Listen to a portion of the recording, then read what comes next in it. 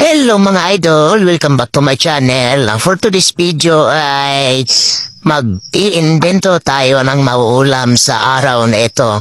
At ito nga yung kinuha po mga idol, yung puno ng saging at kukunin natin yung pinakalaman niya upang gawin nating pangsahog sa ating munggos.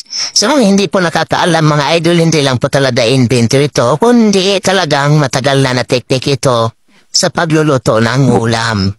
Hindi ko lang alam kung anong tawag sa Tagalog nito, basta sa Bisaya, ubod ng saging. Kung sa Ilonggo naman, ubad ng saging. So yan mga idol, masarap po yan ihalo sa munggos at may karneng baboy.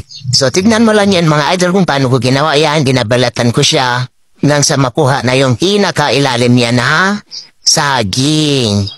At para mas marami ka pang matutunan dito sa aking channel mga idol, huwag mo lang kalimutan i-follow ang ating Facebook page, pindutin ang notification bell at piliin ang lahat ng mga bagong video. At syempre, pag-subscribe na rin sa aking YouTube channel at Boy Kalat para madagdagan po aking subscribers at pagsuportahan ang aking channel. So ayan na idol, malapit ang matapos yung aking hinihiwa at pagkatapos yan mamaya idol ay i-prepare natin yung mga ibang sangkap sa pagluluto.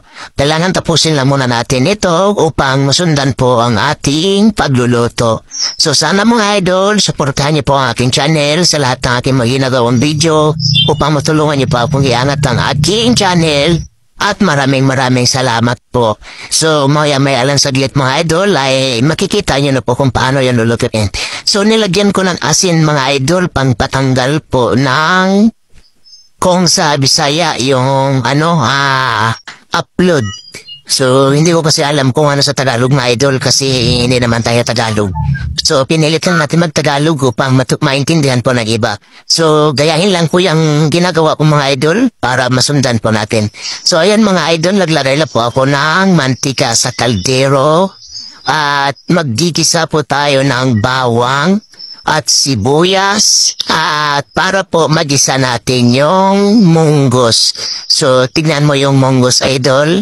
Ganyan yung teknik ko sa pagluluto ng munggos idol. Hindi ko siya nilalaga sa diretsong tubig. Hindi igisa po para po yung sabaw po ng munggos ay hindi po maitim kundi tamang-tama lamang po. So ayan mga idol, nakagisa na yung munggos natin. So linagyan ko na rin ng tubig upang pakuluan hanggang sa lumambot po yung buto-buto. So, ayan mga idol, no? Yan, punori lang po. So, kailangan lang natin lagyan ng kahoy pang maganda yung apoy. So, ayan mga idol, nag-slice na rin pala ako ng karne, no? Sana hindi tayo ma-restrict ni lulumitan ito kasi may nakikita naman siyang mga kakaiba dyan. So, ayan mga idol, yung dahon na yan idol ay kung tawag naman sa Ilocano idol, kalkalunay, kung sa Bisaya naman kulitis. Hindi ko alam kung ano sa Tagalog yan idol. So, ayan ulit idol, naggisa na naman ako ulit ng bawang at syempre yung ating ina-slice na karneng baboy. Yan mga idol, kailangan na nating papula-pulahin yan hanggang sa mampula-pula na at pwede na po natin yan ilagay doon sa ating pinakuluang munggos na ginisa natin kanina. So ayan na yung munggos mga idol. So ilalagay po natin yung nagisa na karne ng baboy upang magiging masarap po yung ating luto.